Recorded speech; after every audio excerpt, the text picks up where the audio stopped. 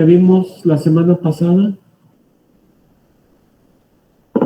acerca de lo referente a propedéutica en oftalmología.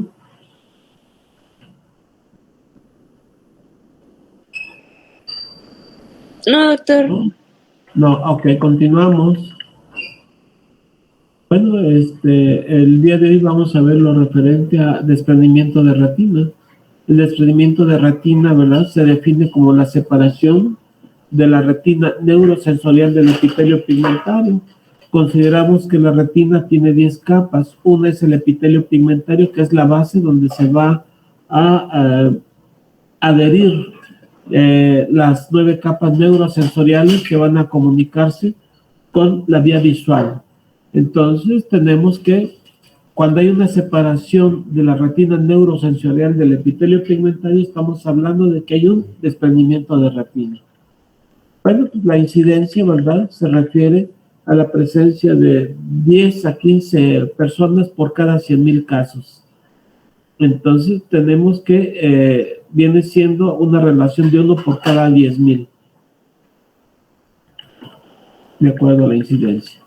Únicamente recordando la anatomía, tenemos, ¿verdad?, que el globo ocular tiene una forma esferoidal y se describe en 3 capas. Estas capas son concéntricas, van desde la parte más externa a la parte más interna. La parte más externa es la córnea escleral, que es propiamente el globo ocular, y la capa interna o media viene siendo lo que es la úvea, que es el iris, el cuerpo ciliar y la coroides. Posteriormente viene la parte más interna, que viene siendo la retina neurosensorial. La coroides es una capa vascular que va a dar la nutrición y la oxigenación de la retina en su capa interna. Cualquier cambio que haya en separación de la retina neurosensorial de los fotorreceptores o de la retina, va a haber cambios isquémicos que pueden repercutir visualmente en el futuro y el pronóstico del desprendimiento de retina. Para ello también tenemos, ¿verdad?, un gel que se llama humor vítreo. Este es un líquido de aspecto gelatinoso, transparente y avascular. El gel es el que le da la forma, el cuerpo al globo ocular, que lo mantiene la forma en la que se encuentra. Esto constituye las 2/3 partes del volumen y el peso del ojo. Acuérdense que tiene un promedio de 4 gramos, 4 mililitros, ¿sí? Y llena un espacio limitado entre el cristalino, la retina y la papila óptica. Entonces es un gel que está en su parte interna. Este gel tiene también un recubrimiento a través de una membrana transparente muy fina que se llama membrana hialoidea. Esta membrana hialoidea, con los cambios cineréticos o el envejecimiento del vítreo, puede sufrir cambios y muchas veces se desprende esta membrana, encontrándose para su diagnóstico el signo de Weiss. Cuando se explora y que podamos saber si realmente fue un desprendimiento de vítreo posterior, tenemos que encontrar el signo de Weiss, que consiste en un pequeño círculo que flota transparente, que flota en el vítreo y que es la inserción donde se encontraba directamente o íntimamente con el nervio óptico. El humor vítreo, ¿verdad?, está compuesto al 99% de agua, tiene diferentes componentes: colágeno, ácido hialurónico, proteínas, glucoso, electrolitos, etcétera, sales inorgánicas, lípidos, etcétera, etcétera. Tiene una corteza del vítreo y las fibras de colágeno.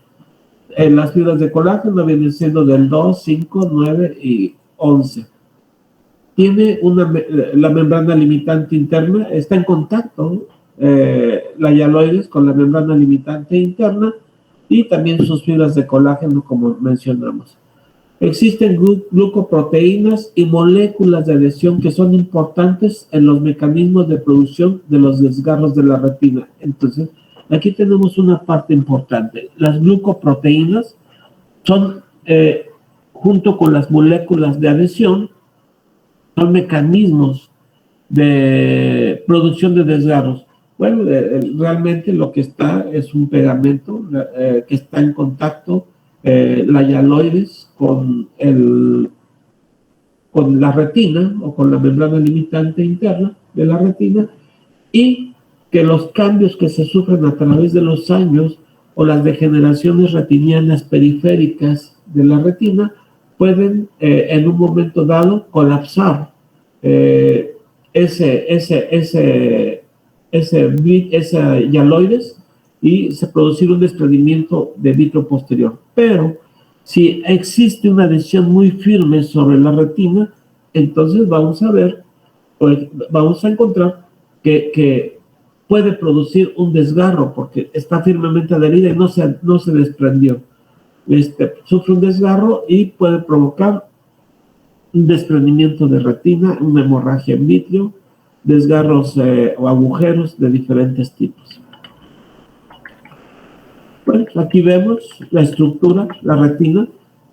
Son múltiples capas alternadas, no nada más es un solo tejido, son conexiones que se encuentran intercomunicadas entre ellas. Es semitransparente, es delgada, es un tejido nervioso que recubre la parte interior de los 2/3 oculares del ojo y tiene una capa neurosensorial. La mácula se encarga de la visión central, donde existe la mayor cantidad de conos, la visión a los colores, y en la periferia la cantidad disminuye y se encuentra la mayor cantidad de bastones. Cuando nosotros cambiamos de un medio a otro de iluminación, de un medio iluminado a un medio oscuro, la pupila se abre, se produce una miriasis, y al momento en que se produce la miriasis viene la acción y la estimulación de los bastones para la adaptación a la oscuridad. Mientras que cuando hay mucha luz, la pupila se cierra y la mácula es la que está actuando, teniendo la visión a los colores. Cuando se daña la foviola, que es la parte central de la mácula, aquí vemos la subdivisión que tiene la mácula, la foviola, se puede perder hasta el 60% de la capacidad visual o de la agudeza visual. En el mero centro se encuentra la foviola, le sigue la fovea, el ara parea y perifoveal. Son las subdivisiones que tiene la mácula. Aquí la vemos. Encontramos dos porciones. Una, el nervio óptico del lado nasal, y este ojo es del lado derecho. Vemos que el nervio óptico está emergiendo, ¿verdad?, con los vasos arteriovenosos, pero la coloración de la papila es importante, es de un color naranja rosado. Ese color naranja rosado está dado por la emergencia de la capa de fibras nerviosas, la salida de la capa de fibras nerviosas de cada uno de los fotorreceptores de los conos y bastones que vienen de la retina y que van hacia la vía visual para llegar a la región occipital y conformar lo que sería la visión. Tenemos dos visiones, una visión periférica y una visión central. La visión periférica está dada por la retina periférica. Podemos ver a los lados y difícilmente tratar de leer con la porción periférica, pero la porción central es la visión más fina de la visión. Se encuentra en el mero centro y es lo que nos va a dar la visión de lectura, la visión de detalles finos, y cualquier daño que sufra la fovea, ya sea por edema, por trauma, por degeneraciones o por lesiones, pues se va a perder sin duda, o va a disminuir sin duda la visión. Aquí podemos ver un estudio de tomografía de OCT. Estos estudios hacen unos cortes, ¿verdad?, a nivel de luz infrarroja, y podemos ver in vitro lo que sería un corte anatómico de las 10 capas de la retina, incluyendo la coroides, el epitelio pigmentario, la foviola en el mero centro. Esta depresión que ustedes ven aquí es la foviola, y la parte subsiguiente es la fovea, la para y la perifovea. Con estos estudios podemos ver las lesiones que pueda tener, los daños que puedan ocurrir, y el tratamiento nos puede ser el seguimiento, y el manejo de los pacientes nos puede ser de gran utilidad. Aquí podemos ver las 10 capas de la retina, el epitelio pigmentario, que está íntimamente relacionado con la coroides y es el que se encarga del metabolismo, el transporte del metabolismo de la coroides hacia el epitelio pigmentario y la difusión hacia los conos y bastones. Cualquier cambio que haya o exista a nivel de la coroides en relación con el epitelio pigmentario y la retina neurosensorial puede provocar lo que sería una isquemia, y entre más tiempo pase esa isquemia, mayor daño y degeneración y lesiones a los fotorreceptores, afectando seriamente la visión. De esto dependerá el pronóstico visual del paciente que se opere por una retinopatía, por un desprendimiento de retina. Entonces, el número 1 es el epitelio pigmentario, está fijo y adherido, íntimamente relacionada con la membrana de Bruch de la coroides, de los grandes, medianos y pequeños vasos de la coroides. De ahí se difunden y encontramos los segmentos que son de los conos y de los bastones, que son los fotorreceptores que se encargan de la percepción de la visión. La 3 es la membrana limitante externa, la 4, la capa nuclear externa, la 5, la plexiforme externa. De ahí viene posteriormente, se repite, nuclear interna, la 6, la plexiforme 7, la plexiforme interna. Tenemos la capa, el núcleo de las células ganglionares, que son las que van a emitir las radiaciones de las fibras nerviosas, y por último la 10 es la capa o la membrana limitante interna. Bueno, pues vemos que a partir de ahí pasan al nervio óptico, conformando toda la capa de fibras nerviosas, que son de la 9, y de ahí se conforma el nervio óptico, el quiasma óptico, las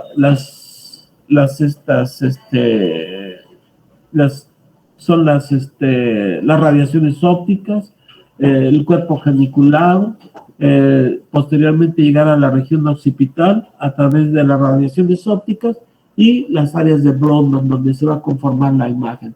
Si existe un tumor a nivel de la región occipital afectando las áreas de Brodmann, seguramente va a afectar el campo visual. Puede haber escotomas o lesiones o daños, dependiendo donde se encuentre este tipo de tumores.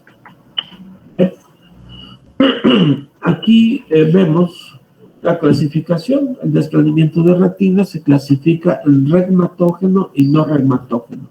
El no regmatógeno son dos: exudativo o seroso y el traccional. Vamos a empezar con el desprendimiento de retina regmatógeno. Se define, ¿verdad?, regma como una ruptura o lesión que sufre la retina o una pérdida de la solución de continuidad en sus capas. Siempre que se busca si existe alguna lesión, si hay algún daño, si hay alguna degeneración, si hay algún agujero, etcétera. Y a veces se encuentran desgarros gigantes, ¿sí? Entonces, es la separación de la retina neurosensorial del epitelio pigmentario ante la pérdida de la solución de continuidad en la retina. Encontramos agujeros, desgarros, como se les mencioné. Y se puede ver un desgarro y el aspecto lechoso de la retina cuando se separa de tipo isquémico, cuando se separa del epitelio pigmentario. ¿Qué sucede cuando hay un desgarro, cuando hay un agujero? Pues se considera un factor de riesgo muy alto para un desprendimiento de retina. ¿Por qué? Porque el vitrio que se encuentra en la cavidad pasa a través del agujero y empieza a disecar como un líquido subretiniano. Un líquido subretiniano diseca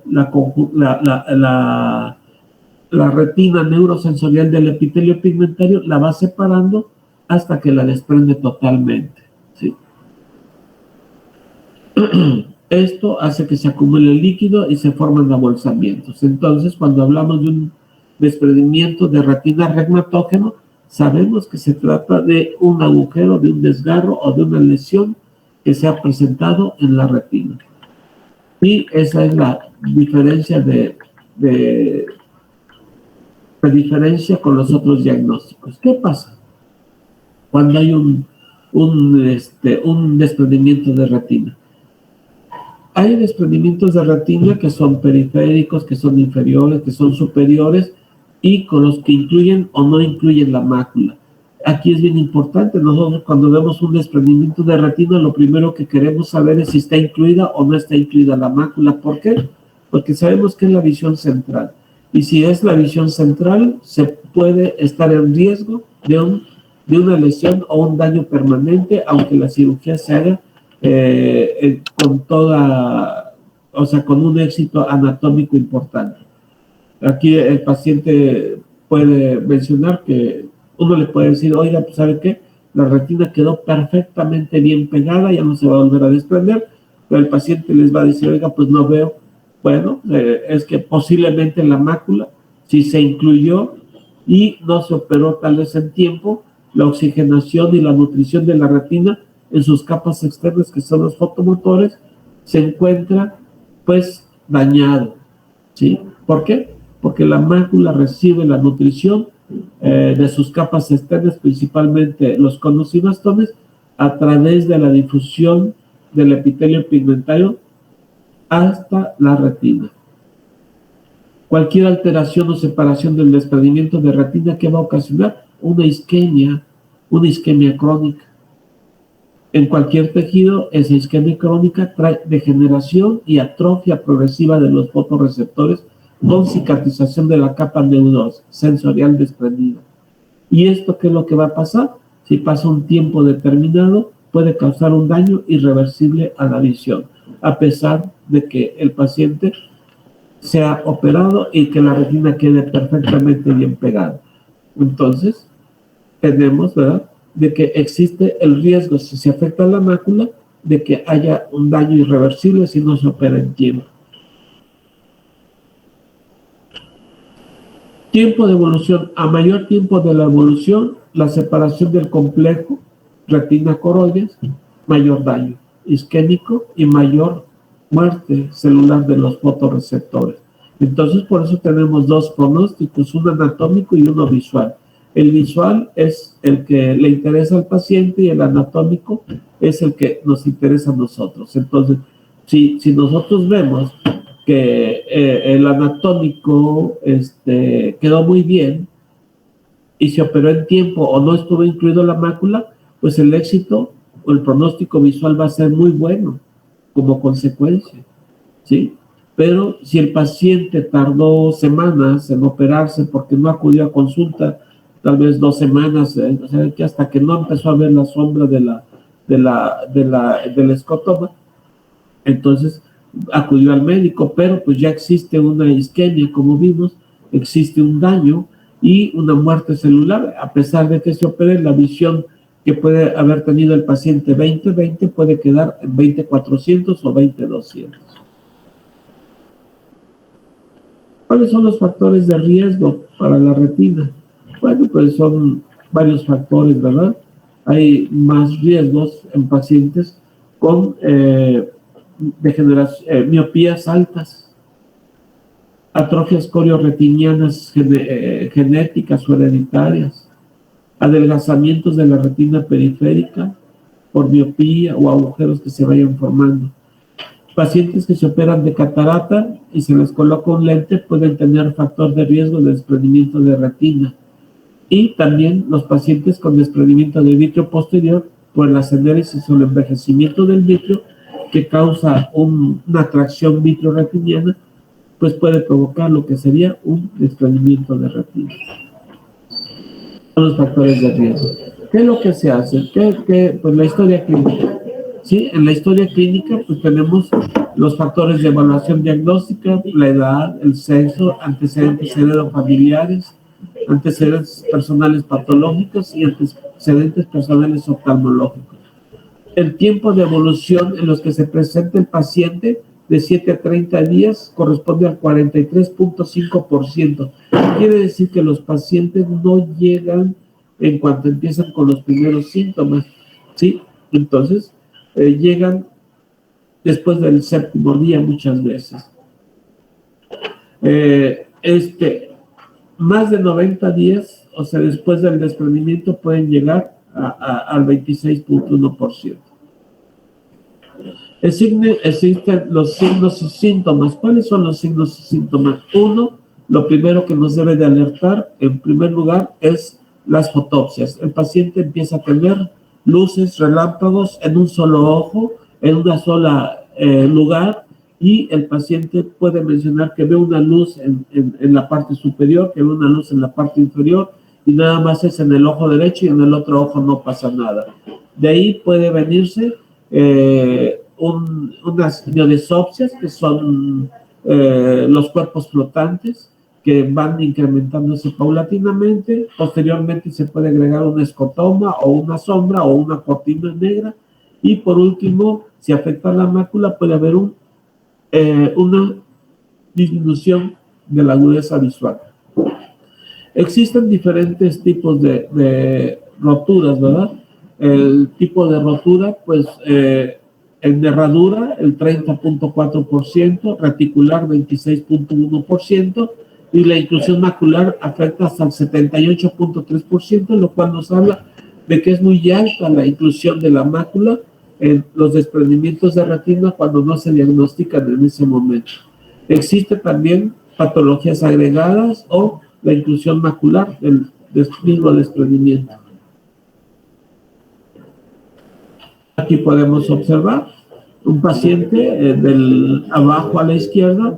Vemos que hay un agujero retiniano y el vitrio se ha convertido en un líquido subretiniano, diseca la retina neurosensorial, despegándola y dañando a los fotorreceptores a la retina. Aquí vemos una foto de fondo de ojo de características normales. El cuadro clínico ya lo mencionamos, ¿verdad?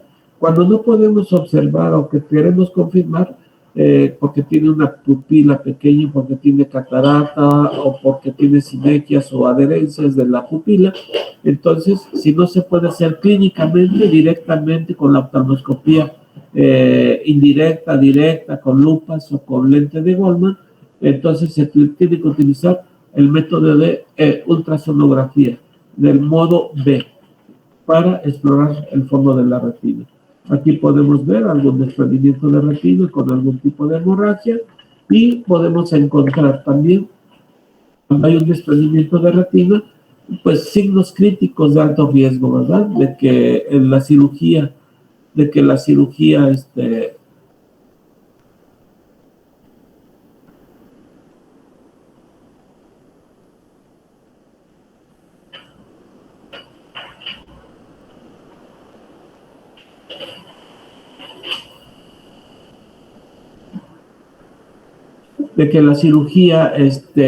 tenga más riesgo del habitual.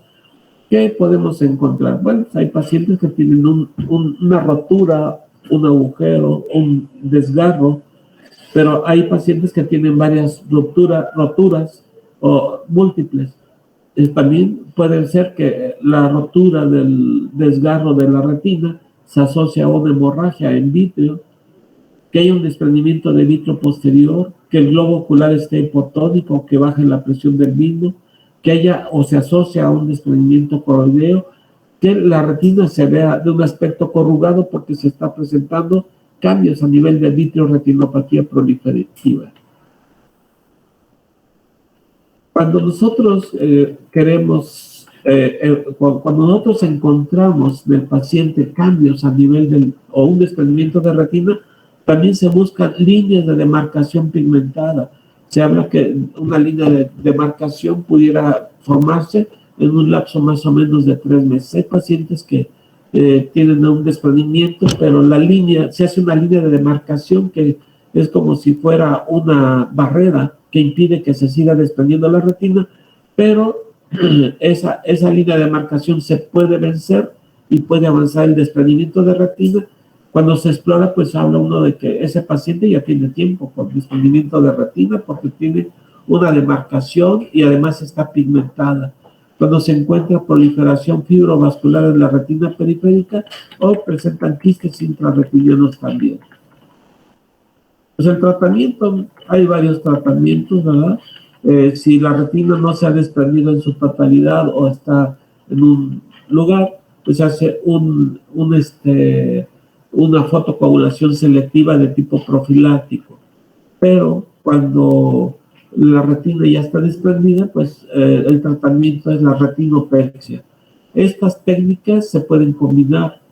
Si es un paciente con un desprendimiento de retina y tiene un agujero, pues se hace generalmente una vitrectomía, se quita todo el vitrio, se introduce un gas pesado, ya sea aire, gas o silicón, y se deja ahí, el aire y el gas se reabsorben en poco tiempo, el aire en una semana, el gas tarda tal vez de 2 a 4 semanas dependiendo del tipo de gas, y el silicón se tiene que retirar a futuro dependiendo de el tratamiento o del tipo de desprendimiento de retina que haya tenido. Pero también hay pacientes que tienen un desgarro gigante en el cual se le hace un cerclaje. El cerclaje es la colocación de una banda de silicón alrededor del ecuador de la esclera, por abajo de los músculos extraoculares, y se aplica endoláser para sellar, o crioterapia, que es congelamiento en frío, y produce una quemadura, y esa quemadura nos va a producir una cicatrización.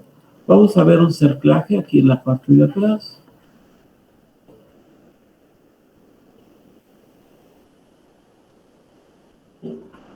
Aquí está. Ustedes ven, aquí hay un paciente que tuvo un desprendimiento de retina, tiene el líquido, se extrae el líquido y se le coloca una banda de silicón a nivel del ecuador por abajo de los músculos extraoculares con la finalidad de sellar por dentro esa lesión que tiene el paciente. Esto sin duda nos va a producir un cambio en la visión, aumentando el eje anteroposterior del globo ocular, su eje axial. Si el paciente era hemétrope y no tuvo daño a nivel de la retina, cuando el paciente se recupere va a quedar miopizado porque aumentó su eje anteroposterior, provocando lo que sería un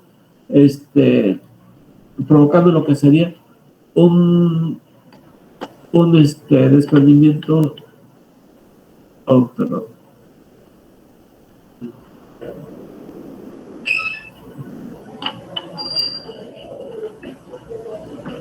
O sea, sellando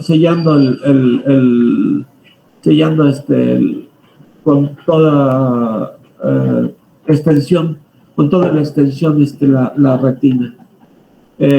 También tenemos, ¿verdad?, la fotocoagulación por láser. Se hace en las zonas donde está el agujero, y si el paciente tiene un desprendimiento de retina grande, se aplica crioterapia,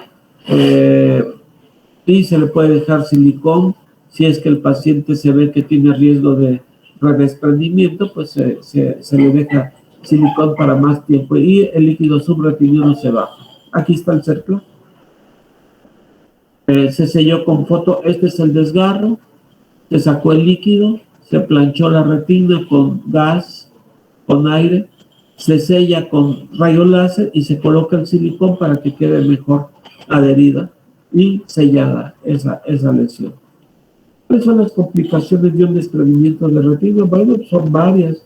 Uno, pues que vaya a haber una isquemia en caso de que ese paciente esté totalmente, que haya quedado muy apretada la banda, que disminuya la circulación y se puede infartar la retina.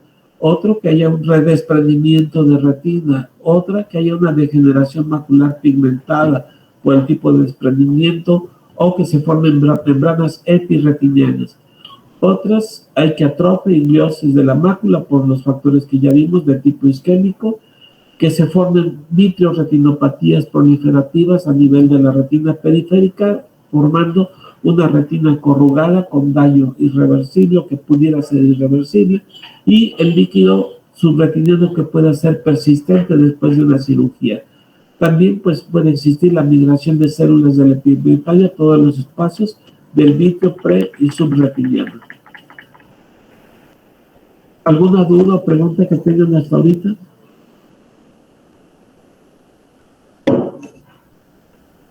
Hola, ¿me están escuchando? Sí, doctor, creo que no hay dudas. Ok. ¿Qué tiempo nos falta?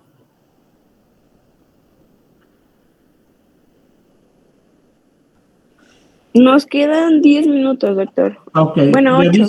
avisan un minuto antes porque luego no me entero. Por favor. Bueno, Sí, doctor. continuamos. Entonces, acabamos de ver lo que se refiere al desprendimiento de retina regmatógeno, en el cual va a existir la presencia de un agujero, de un desgarro, o depende de la solución de continuidad a nivel de la retina. Siempre lo vamos a detectar para poder hacer esa clasificación. Pero también tenemos otro tipo de desprendimiento de retina, el no regmatógeno, y en este caso, dentro del no regmatógeno se encuentra la retina traccional. La separación de la retina neurosensorial del epitelio pigmentario ocurre no por un desgarro, sino por un efecto mecánico de tracción que se genera por cambios o membranas o bandas de fibrosas vitroretinianas que son patológicas.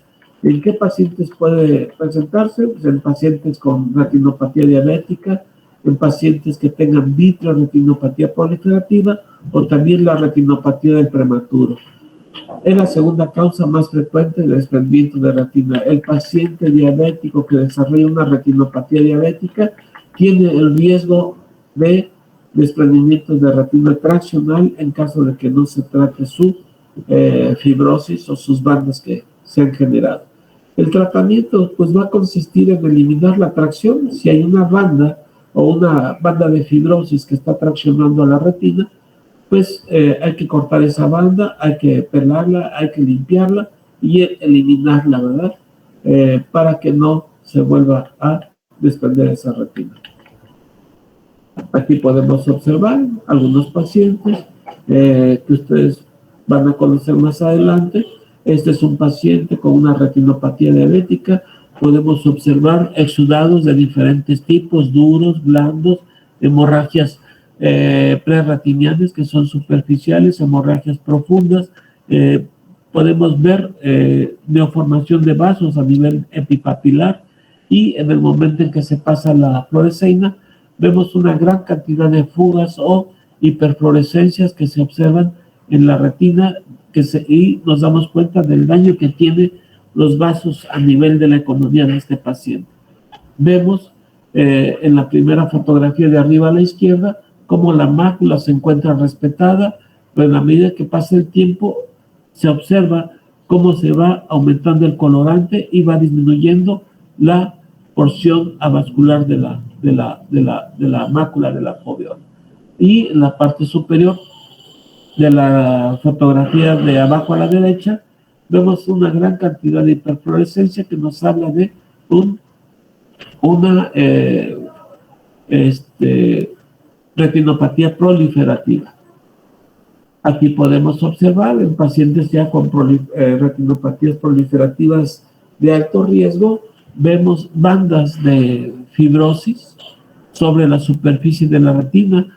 En la parte de la fotografía de arriba a la izquierda, vemos que la mácula está en el centro, en la orilla, como si fuera en el horario de las 3, y se ve un punto de café oscuro, esa es la mácula, pero vemos radiaciones de la capa de la limitante interna que está plegada, y eso se debe a las tracciones que se han formado de las bandas de fibrosis. Vean las bandas de fibrosis que se encuentran sobre la superficie de la retina con la presencia de vasos y fibrosis.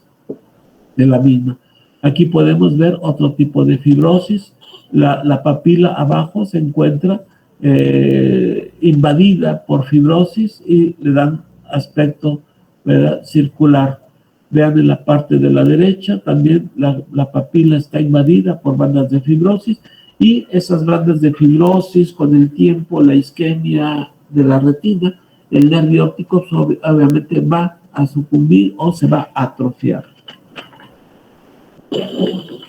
Además, aquí podemos observar pacientes, ¿verdad?, con retinopatía diabética. Vemos sus bandas de fibrosis, pero vemos el fondo opaco. Eso quiere decir que el paciente ha tenido algún tipo de sangrado, ¿sí?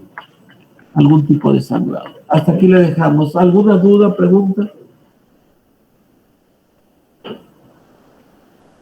No, doctor, todo bien. No, doctor, gracias. ¿No? Mañana continuamos con desprendimiento de retina seroso. Es el desprendimiento de retina neurosensorial seroso, en el cual no va a haber ni bandas de tracción, no va a haber desgarros, agujeros o lesiones, sino que va a haber más bien procesos exudativos, ya sea inflamatorios, tumorales o de cualquier otra índole. ¿Sale? ¿Preguntas o dudas? Mandé. No escuché bien, perdón.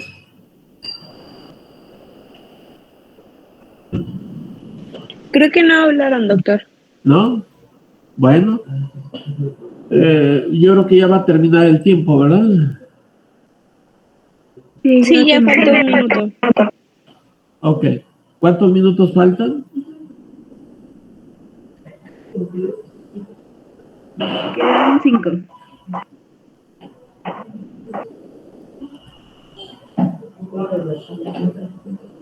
Ok. Bueno, nos vemos mañana. Hasta mañana, doctor. Muchas gracias. Gracias, doctor. Hasta luego. Hasta luego, gracias.